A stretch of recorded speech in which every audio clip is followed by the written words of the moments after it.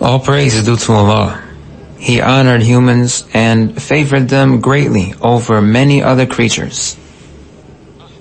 I praise Allah as He is perfect in every way. I bear witness that none has the right to be worshipped except Allah alone without any partner. He blessed people by showing them guidance and the correct religion. And He made the people who observe taqwa the ones who are most fortunate and soundly guided. I further bear witness that Muhammad is Allah's worshipping servant and messenger. He was the best of all who called to Allah and performed righteous deeds. His guidance is the best that can be followed, and no substitute can ever take its place. Allah grant your commendation and protection to your worshipping servant and messenger Muhammad, as well as to all of his family and companions who sincerely devoted their worship to you alone, and whom you granted honorable mention. Servants of Allah, you must observe taqwa of Allah. Remember that He always sees you. Strive to draw nearer to Him, and beware of anything that incurs His wrath. Do that by performing the deeds which please Him.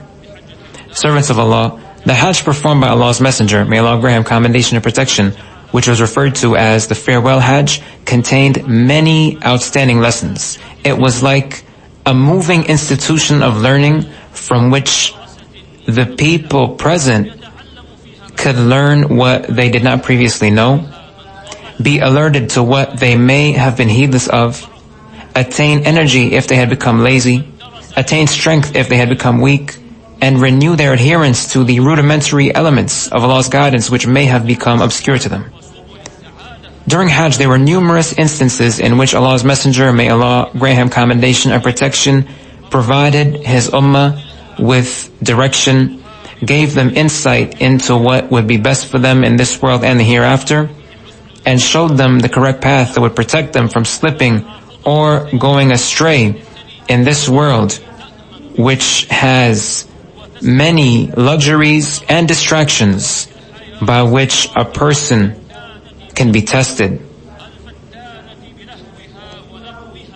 Therefore, by following the direction provided by Allah's Messenger, may Allah grant him commendation and protection, the people of this ummah would be able to tread the correct path, remain steadfast in doing so, and not be diverted away from sound guidance and the truth.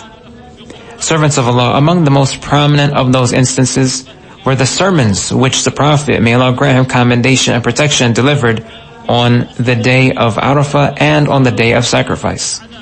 In them he laid out the foundations of the religion, established the principles of integrity, and clearly outlined the rights of humans. He annulled practices from the pre-Islamic period of ignorance, which were corrupt and divisive, and served to sever ties, disunite people, and create rifts. The Prophet, may Allah grant him commendation and protection, announced the annulment of matters related to bloodshed and financial transactions which had created turmoil in the period of ignorance prior to Islam. And he invalidated the practices of that time by which certain months were changed to others in violation of the directives Allah had prescribed. The Prophet, may Allah grant him commendation and protection, also instructed that women be treated well and given their rights, in contrast to the period of ignorance prior to Islam, in which those rights were violated or even outright denied. In short, the two aforementioned sermons charted a clear path according to the directives of Islam, containing definitive principles. Servants of Allah, on the day of Arafah, during his Hajj, the Prophet, may Allah grant him commendation and protection, stopped while atop his camel in the valley of Urana, and he addressed the immense, blessed congregation that attained the virtue of performing Hajj with him. People's hearts were alert, their eyes were focused, and their ears were attentive. Their souls were ready to absorb the guidance being imparted and then comply with it. The Prophet, may Allah grant him commendation and protection, began his sermon with a statement that evoked deep emotion and sorrow. but also served to alert and draw attention. He said, "People, listen to my words, because I do not know for sure, but perhaps I may not ever meet you again after this year of mine here at this location." The Prophet, may Allah grant him commendation and protection, then began explaining his directives, which would set things right for people in this world and the hereafter. He clarified that all and urged his audience to adhere to it. He first addressed matters concerning people's lives and properties. He placed them within strong protections to safeguard them from being violated without right. Preserving the sanctity of those two things is an indispensable foundation whose presence is required to ensure the well-being of our ummah and the sound construction of any society. The Prophet, may Allah grant him commendation and protection, said, "People, your lives and properties are certainly inviolable to each other until you meet your Lord, just as the inviolability of this day of yours, in this month of yours, in this land of yours." In addition, during his sermon on the day of sacrifice, the Prophet, may Allah grant him commendation and protection, said, "Your lives, properties, and dignity are inviolable, just as the inviolability of this day of yours, in this land of yours, in this month of yours." And he repeated it several times. Life and property are necessities which must be safeguarded in order for people's existence to proceed orderly. With respect to the inviolability of life, Allah explained how grave of a crime it is to transgress against the life of anyone. And He issued a very stern threat that strikes fear into any heart that has life and awareness. Allah said, if someone deliberately kills a mu'min, his recompense will be the hellfire, where he shall dwell permanently. And Allah will be angry with him, expel him from His mercy, and prepare for him a severe torment.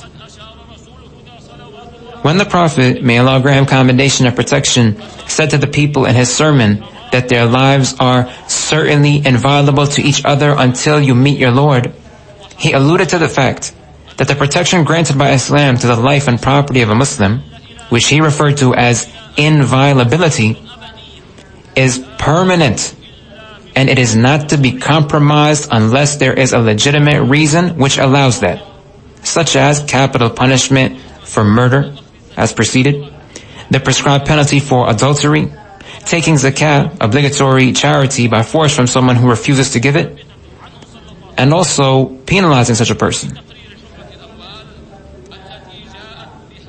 With respect to the inviolability of property, the blessed teachings of Islam guarantee for humans the freedom to own property so long as it is done by permissible means, as well as the freedom to use one's property so long as that takes place in permissible ways. Furthermore, the teachings of Islam clarify the methods and conditions by which ownership of property may take place, and which ensure that transactions between people are carried out fairly. The teachings of Islam affirm that along with having the right to own property, a person also has the duty of not encroaching upon the rights of others. Thus, it is not permissible for a person to cause others harm in transactions conducted.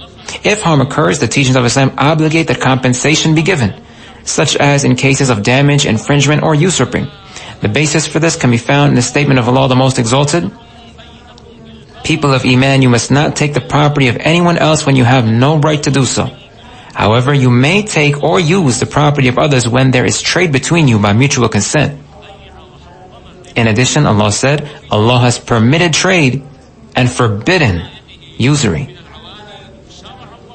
Furthermore, as a means of protecting and preserving people's property from the transgression of others, certain directives have been prescribed in Islam, including amputating the hand of someone found guilty of robbery, the prohibition of deception and cheating, obligating anyone who damages the property of others to compensate the owner, preventing a person from handling his property if he is found incompetent to handle finances, the prohibition of usury, and also averting all types of harm based on the statement of the Prophet, may Allah grant him commendation and protection, there is to be neither harm nor reciprocation of harm. The Prophet, may Allah grant him commendation and protection, concluded the foregoing portion of his sermon by saying something that evoked in people's souls the fear they need to have as it relates to meeting Allah, the Most Exalted, and being asked about their deeds. The Prophet, may Allah grant him commendation and protection, said, "You will indeed meet your Lord, and He will then question you about your deeds. I have certainly conveyed His message." After that, he moved on to encouraging people to fulfill trusts and the rights of other people of Iman, so as to be faithful in upholding individual rights and to preserve a sense of trust between Muslims. He said if someone has been entrusted, he must remain faithful to whoever entrusted him. This is in direct compliance with the statement of Allah, the Most Exalted. Indeed, Allah commands you to fulfill all trusts, giving them to those who rightfully deserve them. Following mention of individual interactions, the Prophet, may Allah grant him commendation and protection, then prohibited the most perilous societal interaction that the pre-Islamic period of ignorance accepted: the practice of usury. The Prophet, may Allah grant him commendation and protection, said, "All matters of pre-Islamic ignorance are now beneath my feet, completely abolished, and usury from the era of pre-Islamic ignorance is also now abolished." In fact, the Prophet, may Allah grant him commendation and protection, even started putting that into effect from the very spot he was in as he delivered his sermon. He began with his own household in order for that to be an example to others. He said, "The first usury I abolish is that of Al-Abbas ibn Abdul Muttalib. All of it is now annulled." This is what was done so as to be clear of any liability as it relates to something for which Allah issued the sternest of threats to the parties involved. Allah, the Most Exalted, said, "People of Iman, you must observe taqwa of Allah and give up outstanding interest which is due to you, if you are truly people who have sound beliefs and perform righteous deeds. If you do not give it up, then beware of definite war from Allah and His Messenger. However, if you repent, you are still entitled to the principal sum you may have given as a loan. You are not to deal unjustly, and you are not to be dealt with unjustly either." In addition, just as the Prophet, may Allah grant him commendation and protection, began with his own household in annulling usury, he began with his own household in annulling matters related to bloodshed and seeking revenge, since those produced instability and exacerbated problems between people. The Prophet, may Allah grant him commendation and protection, said in his sermon, "All bloodshed from the pre-Islamic period of ignorance is now abolished. The first instance of bloodshed I abolish is that of Rabi'a ibn al-Harith ibn Abdul Muttalib, who had been raised by the tribe of Sa'd and was then killed by the tribe of Hudayl." Following that course in annulling such matters provided the most effective way to give people an example to follow in implementing the directives of the one giving them, beginning with implementation from oneself and those immediately related to oneself. Afterwards, the Prophet, may Allah grant him commendation and protection, proceeded to address the state of the Ummah at that time in light of the fact that Allah had united its people, brought their hearts together, and eliminated division among them. Shaitan no longer had any hope of being worshipped in their land. Even with all that being the case, the Prophet, may Allah grant him commendation and protection, still warned the people of his Ummah against regressing after unity to a state of infighting, obeying Shaitan's incitement to commit sins, and giving in to the wrong that Shaitan makes appealing. Disobedience to Allah is a channel that leads to kufr and a path to misguidance. It is the most dangerous trial a person can face regarding himself and his religion. The Prophet, may Allah grant him commendation and protection, said, "People, Shaitan has the spirit of being worshipped in this land of yours, but he is pleased to be obeyed in other ways by deeds of yours which you may think little of. Therefore, beware of him harming your religion." Afterwards, the Prophet, may Allah grant him commendation and protection, mentioned the prohibition of changing the order of months so as to make it lawful to perpetrate crimes during inviolable ones. The Arab people of that era had reverence for the inviolable months, and this was something that still remained known among them from the teachings of the Prophet Ibrahim. However, if it so happened that fighting took place in some of those months, they disliked postponing further fighting due to a certain month being inviolable. As a result, they would postpone the inviolability of a month to a different one. They would postpone inviolability from one month to another in order to suit their own desires and to serve their own interests. Thus, the inviolability of months could end up in any part of the year. They would even perform Hajj during a certain month in one year, but in a different month the following year. The Prophet, may Allah grant him commendation and protection, performed Hajj in Dhul Hijjah, and he informed the masses that postponing the inviolable months, as was previously mentioned, was part of the misguidance from the era of ignorance prior to Islam, which led the people to reject the truth from Allah even more than they already did. He informed the masses that things that year had returned to being the way that Allah had prescribed. He said, time has now returned to being as it was the day when Allah created the heavens and the earth. A year has 12 months and 4 of them are inviolable. 3 of the 4 are consecutive. Dhul Qadah, Dhul Hijjah, then Muharram. And there is also Rajab of Mudar, which is between Jumada and Sha'ban. Have I conveyed? O Allah, I call upon you to be witness. May Allah allow us all to glean benefit from His book and the sunnah of His Prophet. I say this much, and I ask Allah, the most magnificent and majestic, to forgive me, you, and all Muslims for every misdeed. Allah is truly the most forgiving, the bestower of mercy.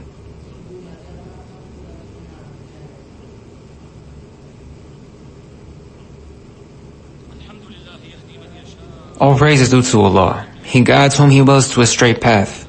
I praise Allah as He is perfect in every way. I bear witness that none has the right to be worshipped except Allah alone without any partner. He is the most kind and the bestower of mercy. I further bear witness that our leader and prophet Muhammad is Allah's worshipping servant and chosen messenger. He followed the soundest path and embodied the most exemplary conduct. O Allah, grant your commendation and protection to your worshipping servant and messenger Muhammad, as well as to his eminent family and companions.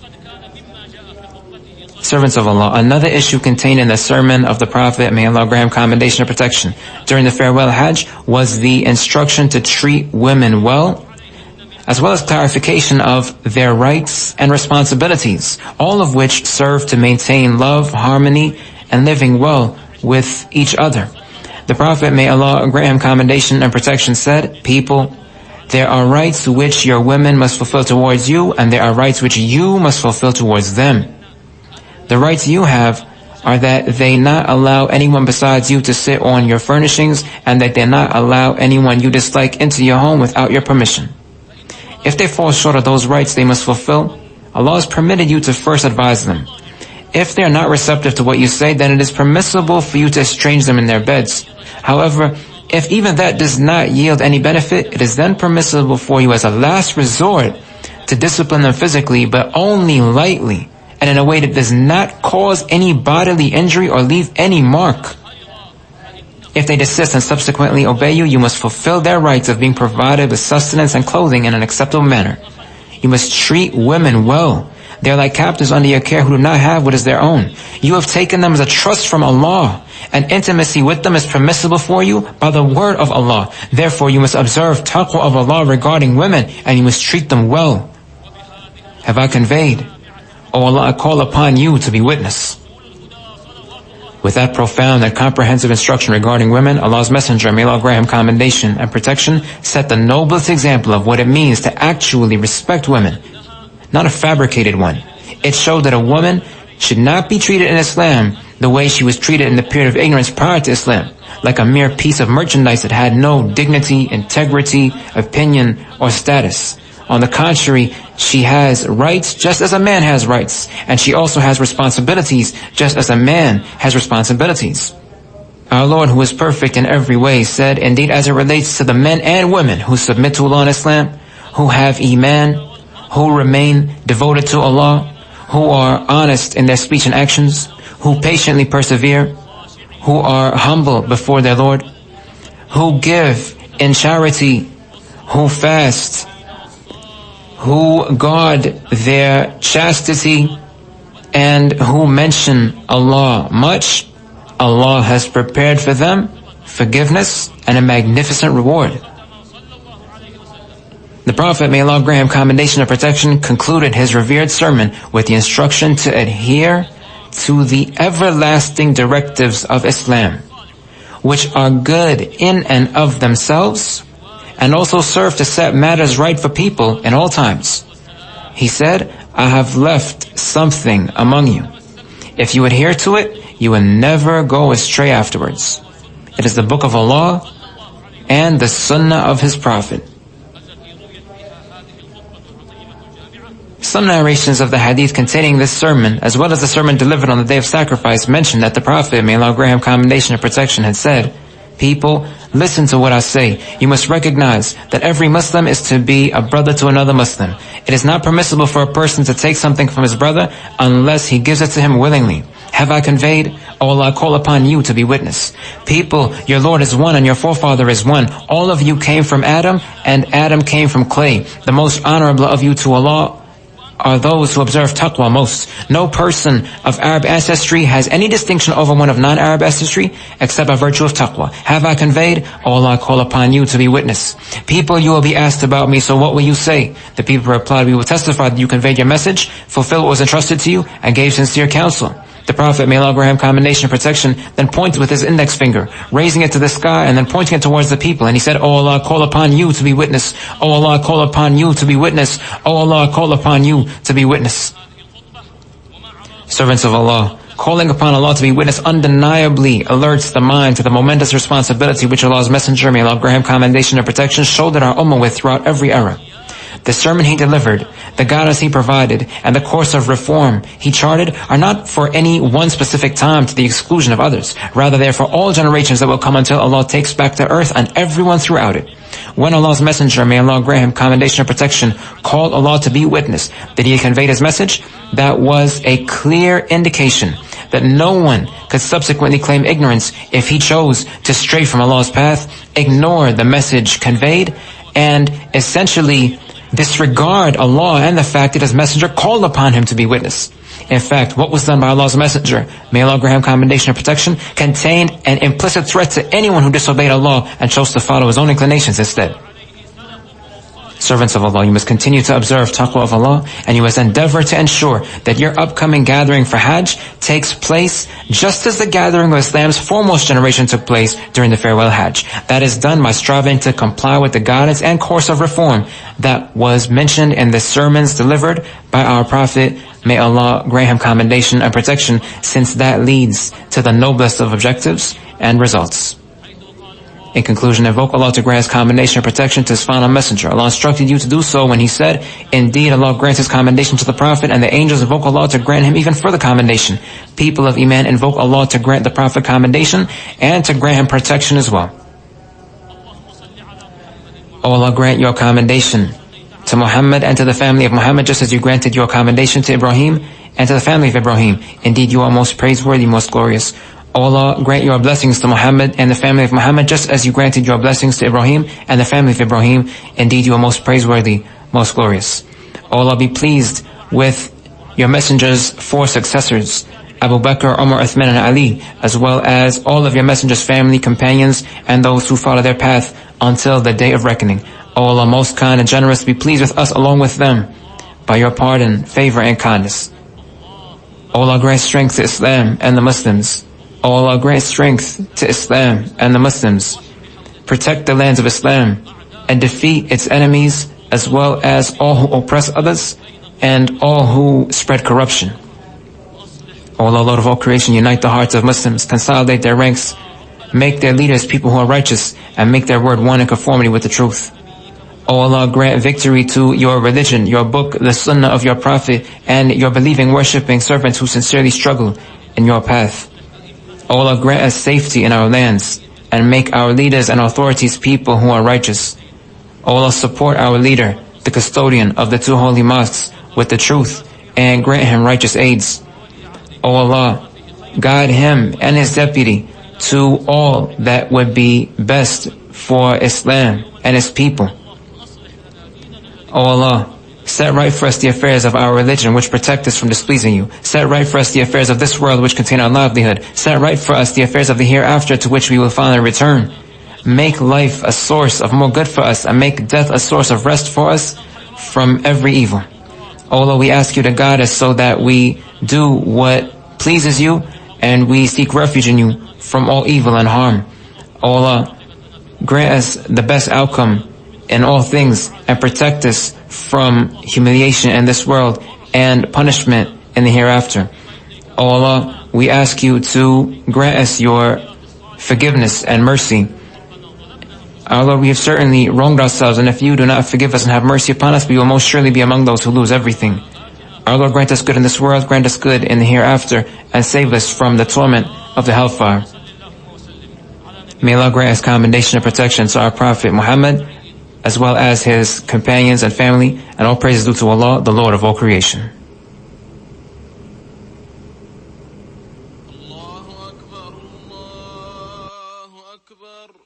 أشهد أن